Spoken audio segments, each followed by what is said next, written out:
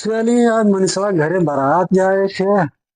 बड़ा होली का दिन है, फागुन का रंग भी सारा देखा थी।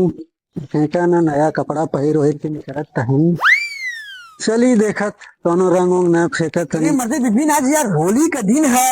अब हो रहा यार, सुबह से लौकल ना है। सही कहले बाबा, पता हम कहाँ है। चल तनी चल जाता ओकरे घरे को। आज चल देखा जाए कहाँ बा, कहीं तर गुहू नहीं लुकाल है। हाँ अरे मर्दे, एक करके देखता गहुआ हुआ ना लुकाल कहीं। चल चल चल रुक जाओ। लौकत है, तू देखी तो एक कोनो लौकत है। अरे मर्दे दुकान दुकान ना बात केवल तक जो चल चल चल। हाँ लौकल। अरे बाबा तो मर्दे क्या वही हाँ उतर के चली हाली हाली नहीं तो सारे बेटा आ जाइए। देखा थे कोनो तो पोती दी है रंग उंग।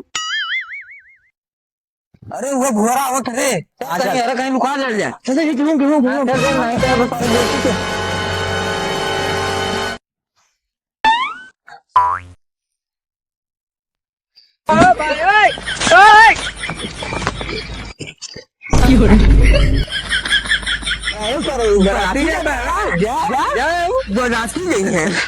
ये सारे मरने नया कपड़ा गाड़ मार के रख देना सारे और ना चिड़ाओ तो हमें रुका बतावत थी।